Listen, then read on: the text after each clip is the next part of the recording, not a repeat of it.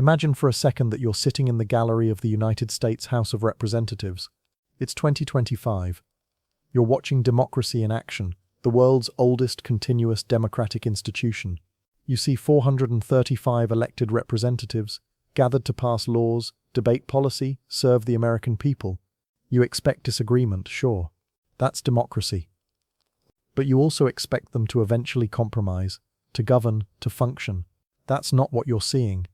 You're watching two tribes who can't agree on basic facts, who view each other not as opponents but as existential threats, who would rather shut down the entire government than give an inch to the other side.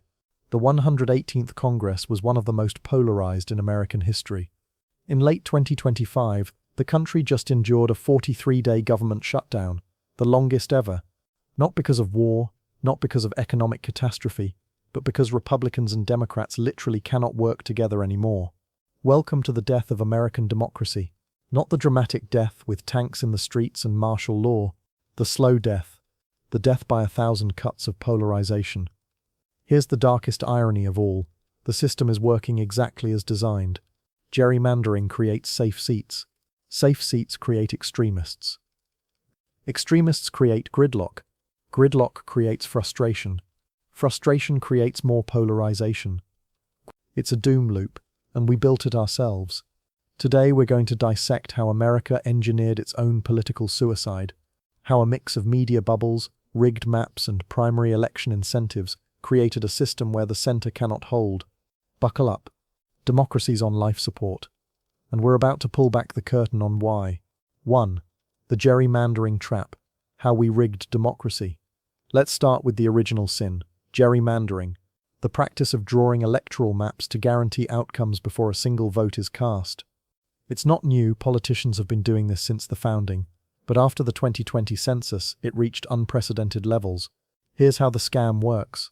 Every 10 years, states redraw congressional districts based on population changes. In most states, the party in power gets to draw these lines, and they draw them to win. Republicans in Texas, Florida, and North Carolina carved districts that guarantee GOP victories even in close elections. Democrats did the same in Illinois and New York. The result? A House of Representatives where only 27 out of 435 races were considered competitive going into the 2024 election. Let's look at North Carolina. In 2024, Democrats won 46% of the congressional vote. Their reward? Just 29% of the seats, 4 out of 14. That's not democracy. That's a rigged game. The state had one of the fairest maps in the country, after courts struck down an earlier gerrymander. Then the state Supreme Court reversed itself, and Republicans redrew the lines. 3 Democratic districts flipped red. Those 3 seats were enough to give Republicans control of the entire U.S. House by the slimmest of margins. Texas is even worse. Republicans hold 66% of House seats with just 56% of the vote. Florida's new map, personally pushed by Governor Ron DeSantis, eliminated 3 Democratic districts and 2 swing seats. Nationwide, the Brennan Center estimates that gerrymandering gives Republicans a 16-seat artificial advantage. But here's the twisted genius of the trap. Gerrymandering doesn't just help Republicans or Democrats win more seats. It fundamentally changes who gets elected and how they behave. When you create safe seats, districts where one party is guaranteed to win, the only real election is the primary. And primaries are decided by the most extreme, most motivated voters in each party. Moderates need not apply. Meet Sarah, a hypothetical Republican in a safely gerrymandered Texas district. She doesn't worry about the general election, her seat is R+15, but she's terrified of a primary challenge from the right. So when it comes time to vote on a bipartisan infrastructure bill, she doesn't think about what's good for her constituents.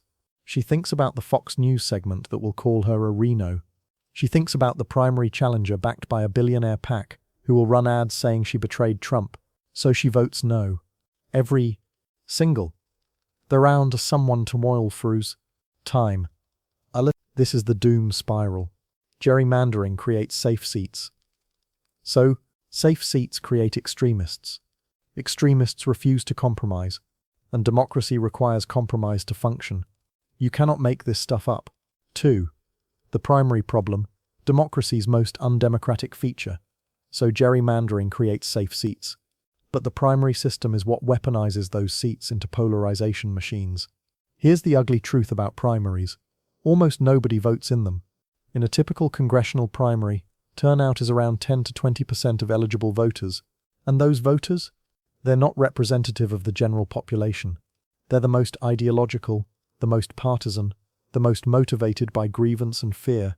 On the Republican side, primary voters are overwhelmingly older, whiter, and more conservative than the general electorate. They watch Fox News.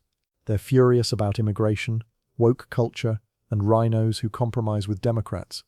On the Democratic side, primary voters skew younger, more educated, and significantly more liberal than typical Democratic voters. They're animated by climate change, racial justice, and punishing moderates who work with Republicans. The result is predictable. Candidates race to the extremes. In 2024, 4 House incumbents lost their primaries. Not to the other party, but to challengers from their own party who accused them of insufficient ideological purity. Former House Speaker Kevin McCarthy funded primary challengers against the Republicans who had voted to remove him. Trump endorsed candidates to punish the 10 Republicans who voted to impeach him. The Squad and Justice Democrats primaried moderate Democrats who didn't support Medicare for all. This creates an incentive structure from hell. Imagine you're a moderate Republican representing a purple district. You could work with Democrats, pass some bills, deliver for your constituents, or you could refuse all compromise, vote no on everything, and keep your seat. What do you choose? The safe play. Every time. Critics will say this is overblown. They'll point out that in most election years, only 3-4 incumbents actually lose their primaries. But that misses the point entirely. The threat of a primary challenge shapes behavior far more than actual defeats. Every member of Congress knows what happened to Eric Cantor in 2014, when the House Majority Leader lost to an unknown Tea Party challenger. They know what happened to Joe Crowley in 2018, when a 10-term Democrat lost to Alexandria Ocasio-Cortez. The lesson isn't that primaries always succeed. The lesson is that moderation kills careers. And here's where it gets worse. The primary system doesn't just punish moderates. It rewards extremism. The most viral moments, the most fundraising dollars, the most media attention, all go to the loudest, angriest, most uncompromising voices. Marjorie Taylor Greene raises millions by calling Democrats pedophiles.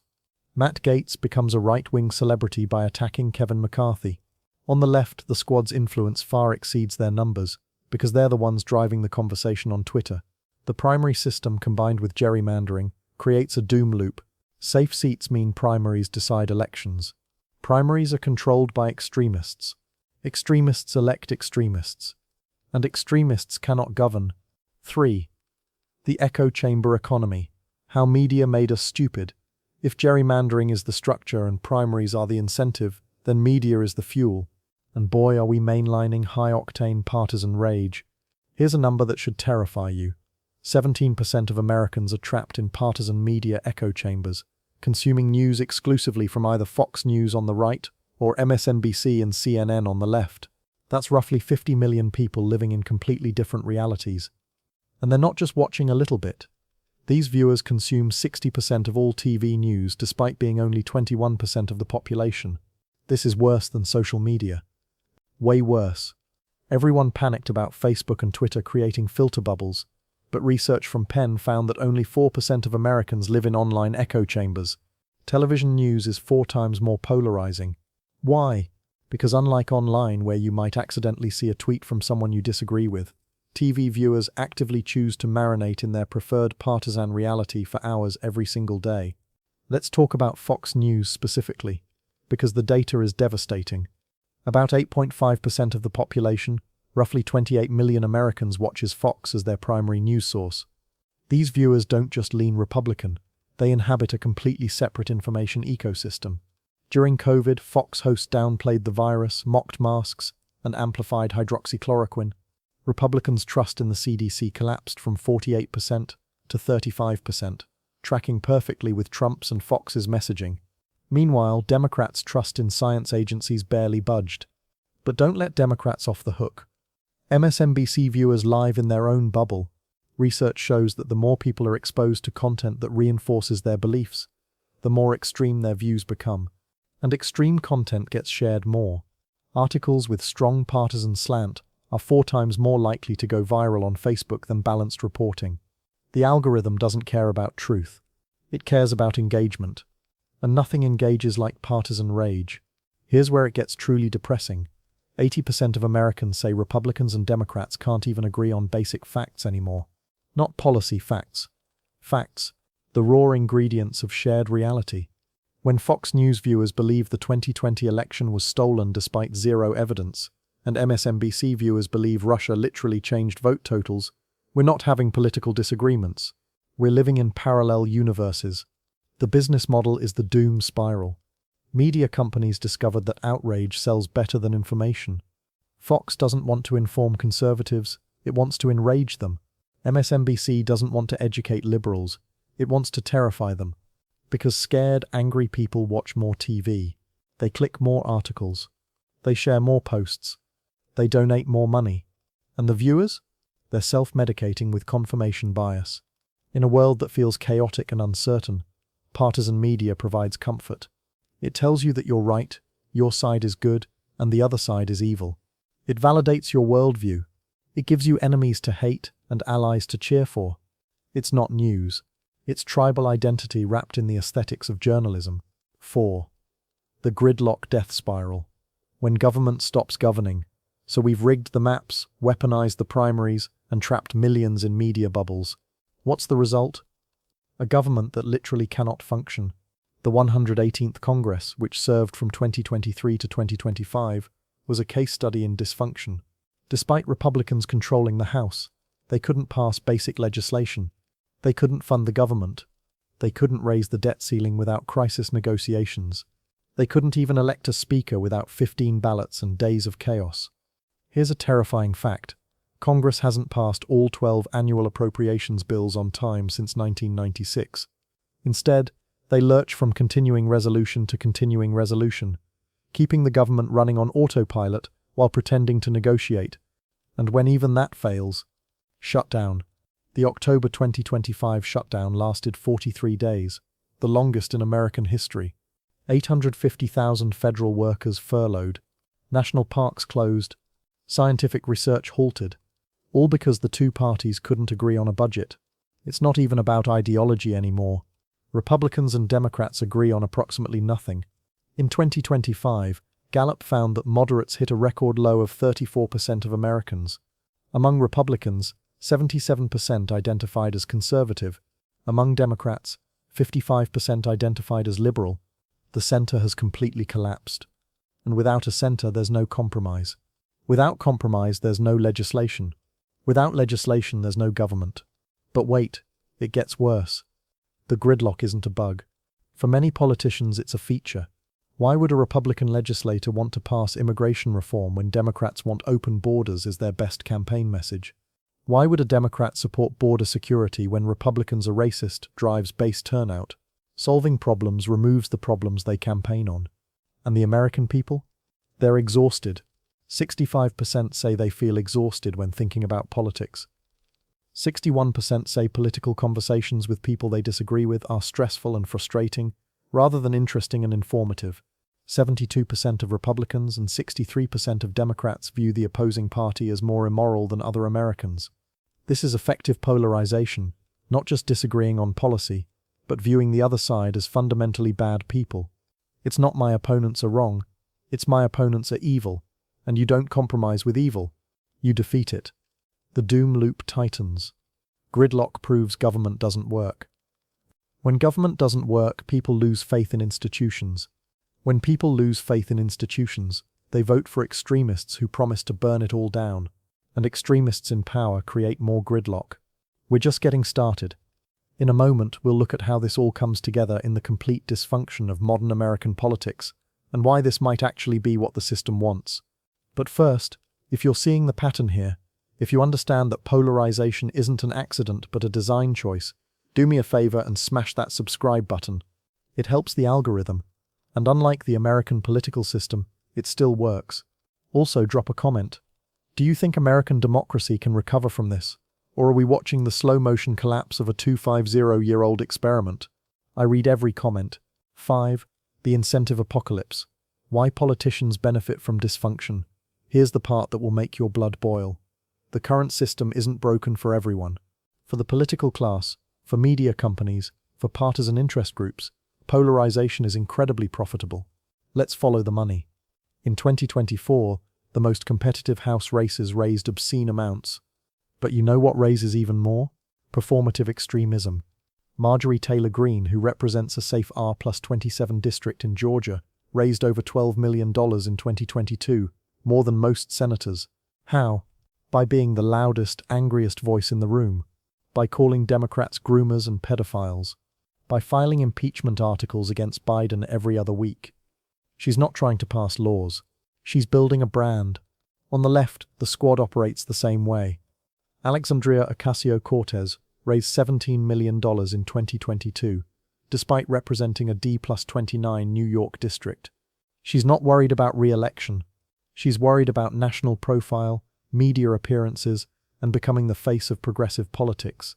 Her Twitter battles with Ted Cruz and Matt Gaetz don't change policy, but they drive engagement, grow her following, and fill campaign coffers. The media is even more complicit. Fox News makes roughly $3 billion annually. MSNBC pulls in over $2 billion. And what do they sell? Not information rage. Every segment is designed to make you angry at the other side. Every chyron is crafted to feed your confirmation bias, because angry viewers are loyal viewers. Loyal viewers watch more ads. More ads mean higher revenue. Then there are the interest groups. Right-wing PACs fund primary challenges against Republicans who dare to compromise. Left-wing organizations do the same to moderate Democrats. The Club for Growth, Heritage Action, Justice Democrats. These groups don't want governance. They want purity. And purity is the enemy of compromise. Even the political consultants benefit. Polarization means every election is existential. Every race is about saving America from the literal fascists or communists on the other side. That fear translates into billions in campaign spending. So, digital ads, TV commercials, direct mail, opposition research, the political industrial complex is a goldmine. And the more polarized we become, the more money flows through the system. Think about it. If America suddenly became politically healthy, if we returned to boring bipartisan compromise, what would happen to Fox News's ratings? To MSNBC's revenue? To the fundraising emails screaming about the existential threat posed by the other party?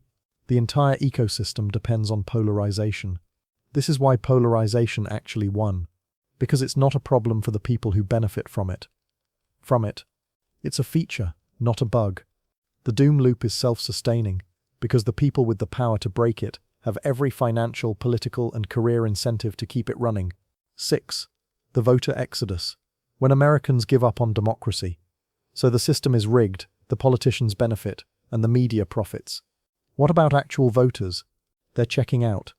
Despite record turnout in 2020 66% and 2024 64%, the reality is grimmer than it looks. Even in these high turnout elections, only 41% of eligible Americans voted in all 3 recent national elections. More than a quarter, 26%, didn't vote in any of them. These aren't lazy people. These are Americans who have concluded that voting doesn't matter because the system is rigged. And they're not entirely wrong. If you live in one of the 408 non-competitive House districts, 93% of all districts, your vote for Congress genuinely doesn't matter. The outcome was decided the moment the maps were drawn. Your choice is between a Democrat who will win with 70% of the vote, or a Republican who will win with 70% of the vote. Democracy is supposed to give you a choice. This is theater. But here's where it gets truly dystopian. Partisan affiliation increasingly determines not just how you vote, but who your friends are. 50% of Republicans and 35% of Democrats surround themselves primarily with people who share their political views. Among the most ideological voters, those numbers jump to 63% and 49%. We're not just polarized politically. We're self-segregating socially. Young people are the most disengaged. Despite being the most educated generation in American history, they're also the most cynical about politics. They see a system that doesn't represent them, that doesn't solve problems, that fights culture wars while ignoring climate change, student debt, and housing affordability. So they tune out. They scroll TikTok instead of watching debates. They meme about politics instead of voting in primaries. And the independents, The voters who don't identify with either party are growing. In the 2024 election, for the first time ever, independents tied with Republicans as the largest voting bloc. But here's the catch. Most independents aren't moderates looking for compromise. They're disgusted partisans who hate both parties, but still vote reliably for one side. They're independents in name only. The doom loop accelerates. Moderate voters check out because both parties cater to extremes. When moderates don't vote, extremists have even more power in primaries. When extremists control primaries, the parties move further from the center. When parties move from the center, more moderates give up. Repeat until democracy is just two tribes screaming at each other while 40% of Americans watch from the sidelines. 7. The mutual delegitimization. When neither side accepts the rules, we've reached the endgame of polarization, mutual delegitimization. This is when both parties systematically and intentionally undermine each other's right to govern. Let's be clear, this isn't normal political opposition. This is questioning the fundamental legitimacy of the other side's power. When Trump claimed the 2020 election was stolen despite zero evidence, when 147 Republican members of Congress voted to overturn certified election results, when a mob attacked the Capitol to prevent the peaceful transfer of power that's delegitimization, when Democrats call every Republican election victory the result of voter suppression, when they question the legitimacy of the Supreme Court because of its conservative majority, that's also delegitimization. Here's the terrifying data. In 2016, 47% of Republicans and 35% of Democrats viewed the opposing party as more immoral than other Americans. By 2022, those numbers had exploded to 72% and 63%. The Wall Street Journal called it a total breakdown in trust between the parties. Not disagreement, distrust. Not opposition, existential threat. When neither side accepts the other's right to win, democracy stops functioning. Because democracy requires losers to accept defeat gracefully and winners to govern responsibly.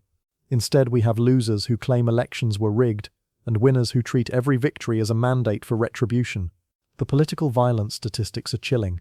While still rare, less than 4% of Americans support political violence according to the Polarization Research Lab.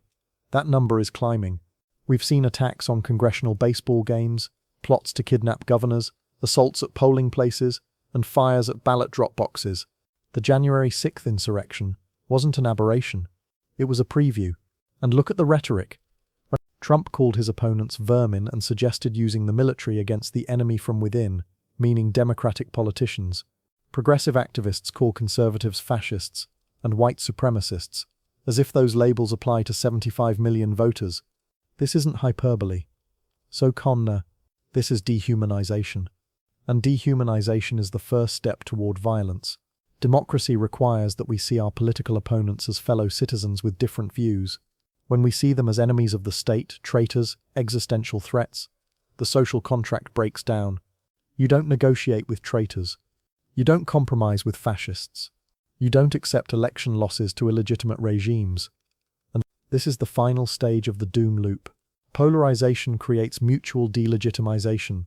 Delegitimization justifies norm breaking. So norm breaking accelerates polarization. And somewhere in that spiral, democracy stops being a system for resolving conflicts peacefully and starts being a war fought by other means. 8. The international warning, America as the canary in the coal mine. Before you think this is uniquely American dysfunction, let me give you some bad news. America is just early. We're the test case. The laboratory. What happens here is coming to the rest of the developed world. Look at the symptoms. Aging populations, deindustrialization, social media echo chambers, declining trust in institutions, the collapse of traditional media, rising inequality, mass migration anxiety, culture war polarization. Sound familiar? That's not just America.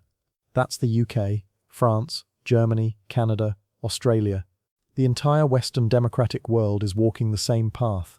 Just a few years behind. The UK's Brexit vote and its aftermath showed the same patterns. Leave versus Remain becoming tribal identities, media bubbles reinforcing division, mutual accusations of illegitimacy. France has Marine Le Pen's national rally surging, while the traditional centre-left and centre-right parties collapsed. Germany's AfD is now the second largest party in some regions. Italy elected Giorgia Meloni and the Brothers of Italy. Sweden Democrats Geert Wilders in the Netherlands, Vox in Spain, the list goes on. These aren't separate movements. They're the same disease in different bodies. Economic anxiety meets cultural backlash, meets media fragmentation, meets polarized politics. And the result is the same everywhere. The center cannot hold. The extremes grow stronger. Democracy grows weaker. Here's the terrifying part. If American democracy fails, it takes the entire democratic world with it. America has been the guarantor of the liberal international order since 1945. If we collapse into authoritarianism or balkanization, if we prove that multi-ethnic democracy can't survive modernity, then what hope is there for anyone else? Putin is watching. Psyche is watching. Every authoritarian regime on Earth is pointing to American chaos as proof that democracy doesn't work. When the world's oldest democracy can't pass a budget, can't accept election results, can't agree on basic facts, that's propaganda gold for dictators. It's a recruitment ad for authoritarianism. So when you look at American polarization, don't just see a failing country. See a warning flare. See the future of every democracy that doesn't figure out how to fix the same underlying problems. Final thoughts. So is American democracy doomed? Are we destined to tear ourselves apart? Or slide into soft authoritarianism? Not necessarily. There are still reasons for hope, however fragile. The 2024 election had incredibly high turnout despite the polarization.